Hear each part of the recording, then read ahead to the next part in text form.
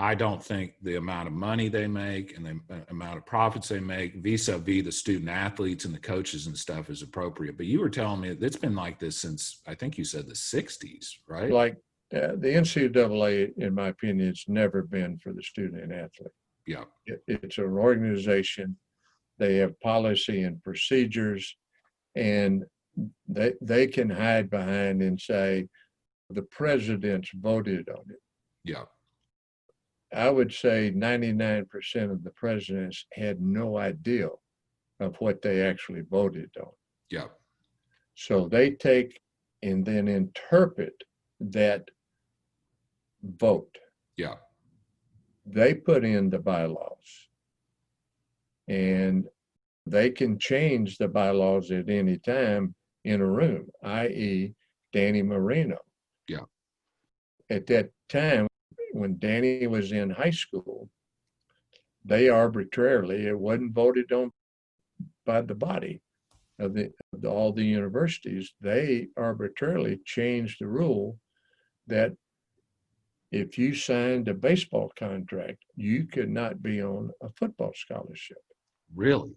Man, because they must have changed that rule because Ricky Williams and some other guys went a different route, right? Yes. So back then you couldn't play football if you signed a baseball contract? You could, but you had to pay your own way.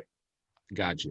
You know, it's whatever the tuition fees were, you had to pay. What's the behind that? Let me finish. Yeah. They had Danny Ainge, BYU. Sure. They had Kurt Gibson, Michigan State, and they had a kid named Wilson that was going to go to Maryland. The year before, all of them signed, all of them played baseball in the summer, but Danny played basketball, Kurt played football.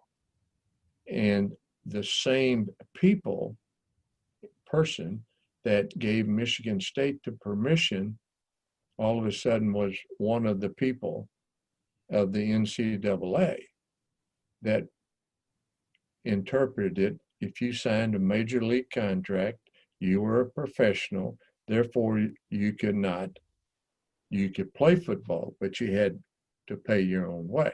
Yeah. And I was wearing them out. In fact, so I tracked down the guy that worked at the NCAA that gave Michigan State the permission the year before. And I said, you gave Michigan State, Kurt Gibson, permission. Now you're the same guy or one of them. And quote, he said, Jackie, if you don't back off, we're there Monday. Man, that is an amazing story. But and you can hide a lot behind a lot of things. Now, I will have to give University of Texas credit because when they were investigated and they went in front of the infractions committee, they hired the NCAA investigator as their compliance director. Smart. More than smart. Yeah.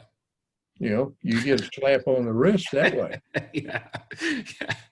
Well, and Coach, I think that a lot of people, me included, the primary problem I think I have with the NCAA is I just don't feel like they have the best interests of the student athletes in mind.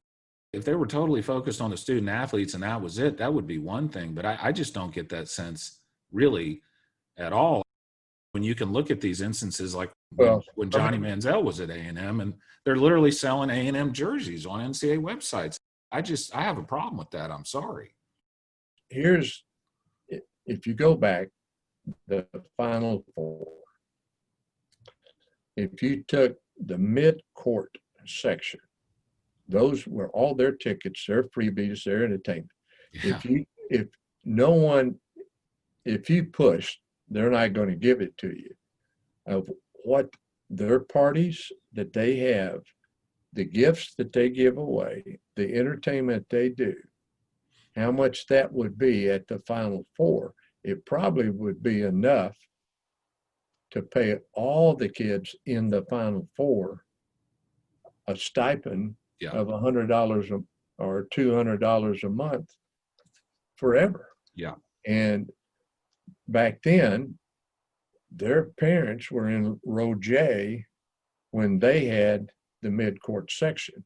Now they're going to justify it and say that was because of our sponsors. Wait a minute. Come on. Those student athletes got you there. They don't deserve tickets in the same area. Yeah. And even today, I would say the student tickets for their parents are not in the mid-court section. And people sometimes forget that many student athletes don't come from wealthy backgrounds, and they have to go to school and play sports. So it's very difficult for them to get like a job in college or something. Well, there's no such thing as a football player having a job. You can't have a job. Yeah, no, you just don't have time.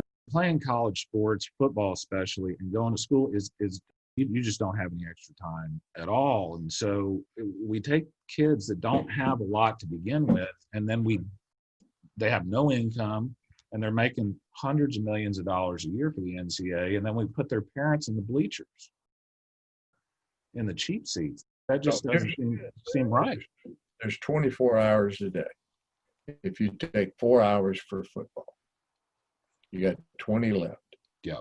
And if you take 4 to 5 hours of class, and so now you're at 15. And then if you take your study time 2 to 3 hours, now you're down to 12. Now you take 3 hours of going to and from, eating, showering, and going to classes. Then if you take 7 hours of sleep, you got 1 hour left. Yeah. Maybe. So Maybe. That's tell me where they have free time to work.